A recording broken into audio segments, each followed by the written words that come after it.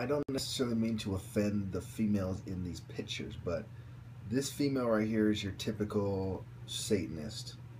You know, your typical, you know, stereotypical Satanist, rather. You know, unattractive,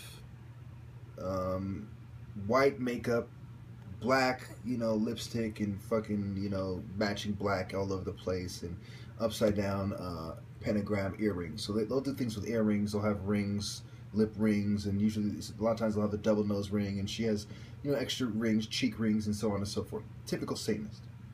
Okay? Let me go on. You have the double nose ring. You have her things done in a way that's similar to Egypt. I don't know how relevant that is. But from what I can tell, this person is into the occult, or they're part of a movement that is dramatically influenced by the occult, you know, or you know, part of a trend rather, because there's a difference between a movement and a trend. Now, this is the pictures. This is one of the pictures I really want to show you. Obviously, she's a very attractive female, not your stereotypical, but rather your typical. You know, unfortunately, the stereotype hasn't, you know, been out there. People don't realize that a lot of these, you know, other than the celebrities, people don't realize there's a lot of non-celebrity attractive women who are used as kind of sex objects. You know, their pussy power, quote unquote, is exploited by rich people. You know, and what does she have in her hand? What is that medallion? It is a baphomet. Okay.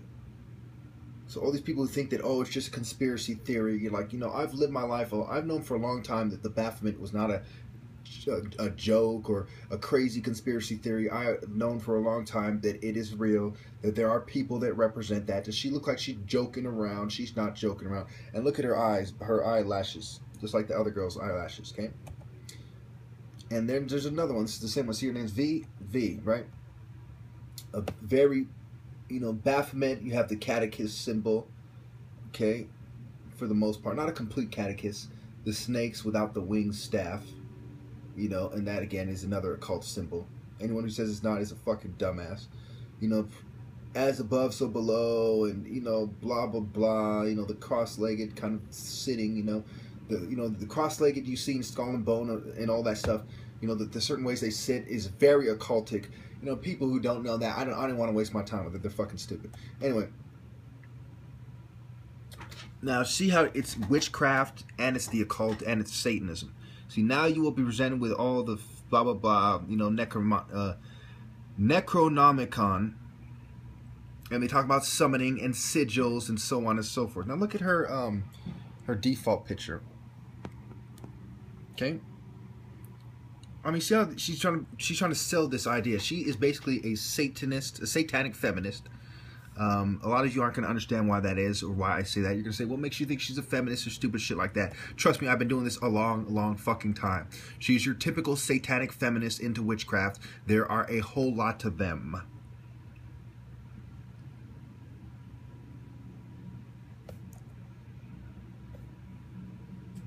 And of course, she has a whole bunch of photos of, you know, the occultant on her Instagram.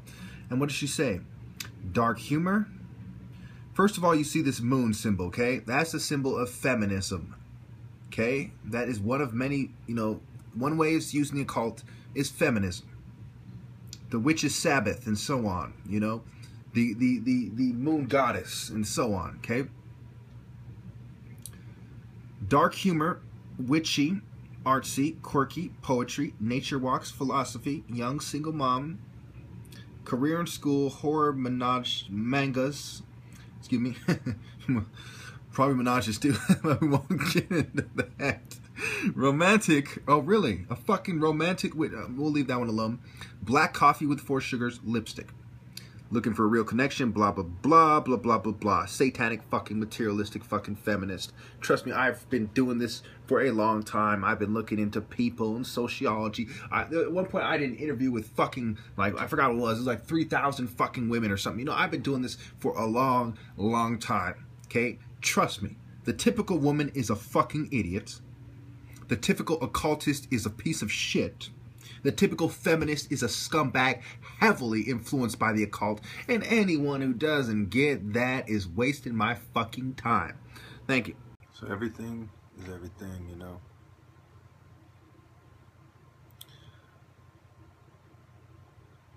what it is in this world, you know.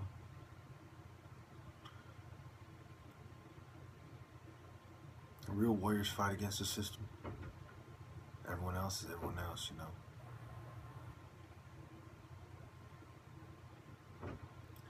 Time will come. Remember, you know, these people tried hard to set me up, you know. They got me to give my, you know, out of the goodness of my heart, to give my consent to setting up a Facebook account for someone else, and I verified it. You know, they have done a lot of things, and women are some of the biggest traitors of all. You know, because what kind of support does society need? You know, what kind of support did I need? And why didn't society get that? Why didn't I get that? Women are fucking traitors. They were there to try to set me up every step of the way, and they didn't support me a single step of the way.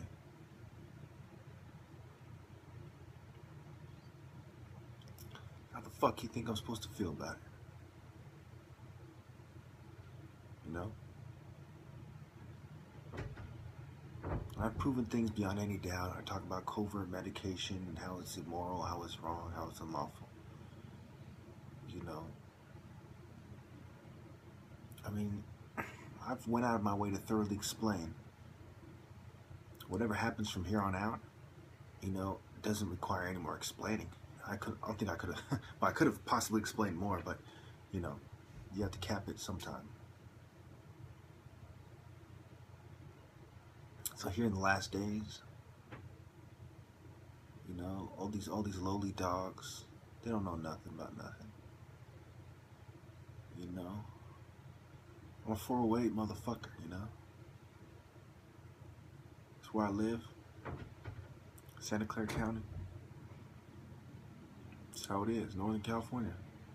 Not far from, you know, Oakland and whatnot, depending on how you define far. You know, 45 minutes away, so.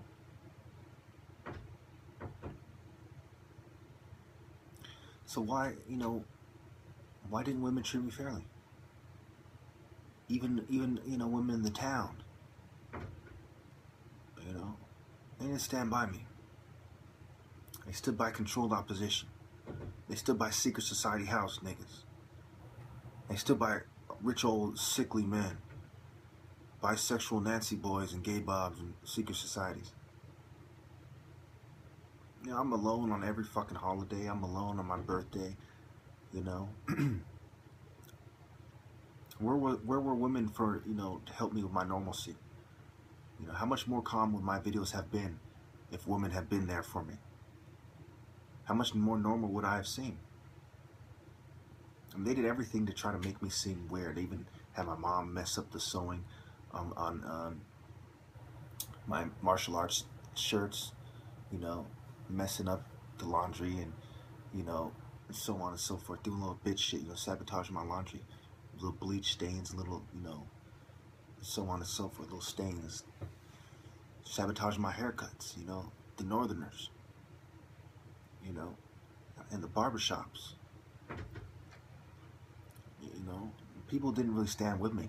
And, you know, with the prison gangs, you know, there's 3 reasons they sell out. One is greed and their illegal business. You know, they need the prison guards to lay off them and to help them smuggle in drugs.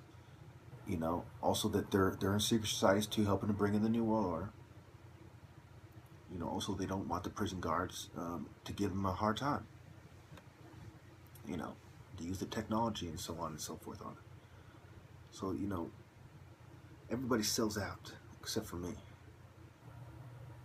You know, sell out to certain degrees except for me. I've taken this to an extremely correct position.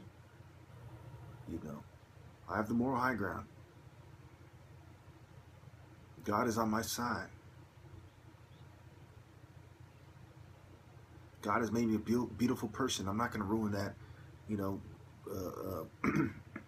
by letting a bunch of Nancy boys and scumbags and secret societies, you know, throw dirt on my soul.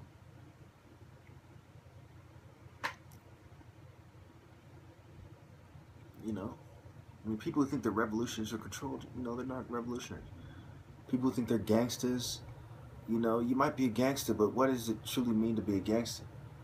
You know, it's pretty despicable to be a gangster, let's face it. It may come off as cool and this and that, but, you know, all these people, you know, they're influenced by people who talk about spitting knowledge, right? And where does this quote-unquote knowledge come from? It comes from secret societies. You know, gang members are influenced by secret societies. They wear the clothes of secret societies.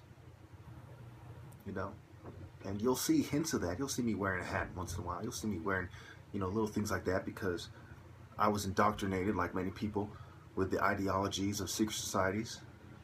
You know, not because I was in a secret society, because I never was in a secret society, but because, you know, of my proximity to gangs and my involvement with gangs and, you know, being brainwashed by the media and everything else. No one's above being affected by those things.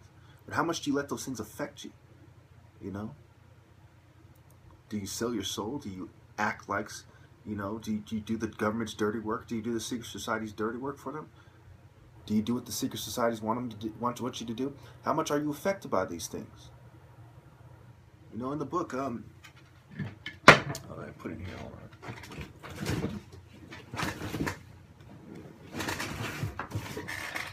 The book, The Black Panther Party Reconsidered. It's a thick book. I just finished reading today, matter of fact. You know, it talks about the Black Panther Party's support of Palestine and Algeria, you know, and fighting against the French colonialists and so on, and how, you know, even in Algeria there were bootlickers in the government that didn't want them to stay there. They didn't want to grant them asylum. You know, of course, that's not all the book's about. I break it up in several videos. I don't even cover all the books about it. You want to know what it's about? Read it yourself. I give you a lot of the good parts of it, the more relevant parts that pertain the most, perhaps, to what I've been talking about recently. I mean, come on, you know? How much do you let these things affect you? You know, yes, I'm a fan of the Black Panther Party for several reasons, and I don't agree with them for several other reasons. I'm a fan that they were fought for self-defense, and they stood up to the government, their oppressor, and several other things, you know. I'm not a fan of, you know, how the East Coast separated from the West Coast and the Oakland chapter and the disagreements in the Central Committee. I'm not a fan of how, you know, they were defeated in the end due to a lack of unity and a lack of being able to see through what was going on. I'm not a fan of all the informants that were in it. I'm not a fan of gay rights or women's liberation. You know, they should have left this whole female issue alone. You know, you're doing the women enough favor when you stand up for minorities. You know, you're doing all of society a favor, including women. You're helping women out by default. You know, when you stand up against the rich, you're helping gays out. 5 p.m. and it's Halloween. They've been gassing me heavy, and I'm just really sick right now. And you know, I even took a walk outside. You know, well, half-mile walk, and I'm fucked up right now from the gassing. You know, and it's really twisted how my parents play stupid about the gassing. When all growing up, you know, they used to complain about marijuana smoke. Well, these fumes, this gas is so much more toxic. You know, I'm just fucked up. I'm trying to show you people. I know you can't truly understand how I feel, but you can kind of grasp by how I look. You know, you can tell if you look carefully, I don't look tired. You know, even though I'm laying down, the main thing you see is the sickness and this kind of glossiness under my eyes. You know, it comes from intoxication. I don't drink, I don't smoke. You know, I don't smoke anything. I don't drink alcohol. So what is your explanation for it? Yes, they're gassing me.